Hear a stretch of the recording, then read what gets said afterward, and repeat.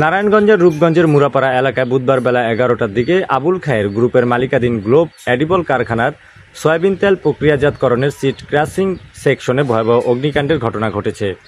খবর পেয়ে কাঞ্চন, ডেমরা ও সোনারগাঁও ফায়ার সার্ভিসের 5টি ইউনিট 1 ঘন্টা চেষ্টা চালিয়ে দুপুর 1টার দিকে আগুন নিয়ন্ত্রণে আনে। ততক্ষণে সিড ক্রাশিং সেকশনে বেশিরভাগ মেশিনারিজ কাঁচামাল পুড়ে বিপুল পরিমাণ ক্ষতিসাধন হয়েছে বলে মালিক পক্ষ জানিয়েছেন। এই ব্যাপারে প্রতিষ্ঠানের অ্যাডমিন প্রশাসন ব্রিগেডিয়ার আশরাফ বলেন, সয়াবিন তেল প্রক্রিয়াজাতকরণের সিড ক্রাশিং সেকশনে আগুন লাগে। আগুনে বিভিন্ন মেশিনারিজ সামগ্রী পুড়ে ব্যাপক ক্ষতিসাধন হয়েছে। তবে কি পরিমাণ ক্ষতিসাধন হয়েছে পরবর্তীতে জানাবেন বলে জানিয়েছেন। গত অগ্নিকাণ্ডের কারণটা নিরূপণ করা যাচ্ছে না, এখন আমরা জানি না, ইনকোয়ারি চলছে। ফায়ার সার্ভিস কাজটা করবে, এখন তারা আগুন নিভিয়েছে।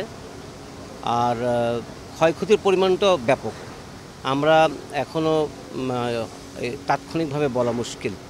এখানে টেকনিক্যাল ইকুইপমেন্ট ছিল, মেকানিক্যাল ইকুইপমেন্ট ছিল, এগুলো পুড়ে গেছে। প্যানেলিংগুলি পুড়ে গেছে। এগুলি সবই দামি এবং খুবই প্রয়োজনীয় ইকুইপমেন্ট। এ সময় নারায়ণগঞ্জ ফায়ার সার্ভিসের উপ সহকারী পরিচালক ওসমান গনি বলেন, এডিবল অয়েল কারখানার আগুনের সংবাদ পেয়ে মোট 5টি ইউনিট 1 ঘন্টা চেষ্টা চালিয়ে আগুন নিয়ন্ত্রণে আনে। তবে অগ্নিকাণ্ডের কারণ এখনও জানা যায়নি বলে তিনি জানান। হয়েছে আমরা প্রথমে সংবাদ পাই 11টা 38 মিনিটের সময়। সাথে সাথে আমরা প্রথমে কাঞ্চন ফায়ার স্টেশন থেকে 2টা ইউনিট প্রেরণ করি। আমরা পরবর্তীতে জানতে পারি আগুনের ভয়াবহতা অনেক বেশি।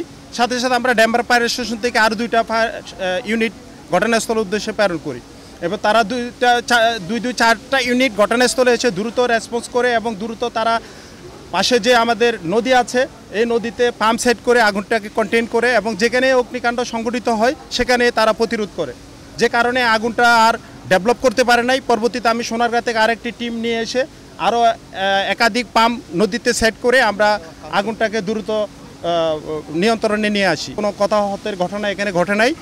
আর ক্ষতি এবং উদ্ধারের পরিমাণটা, আগুন লাগার কারণটা আমরা আসলে আগুনের নির্বাপন শেষে আমরা পুরোপুরি ইনভেস্টিগেশন করে পরবর্তীতে আপনাদেরকে জানাবো।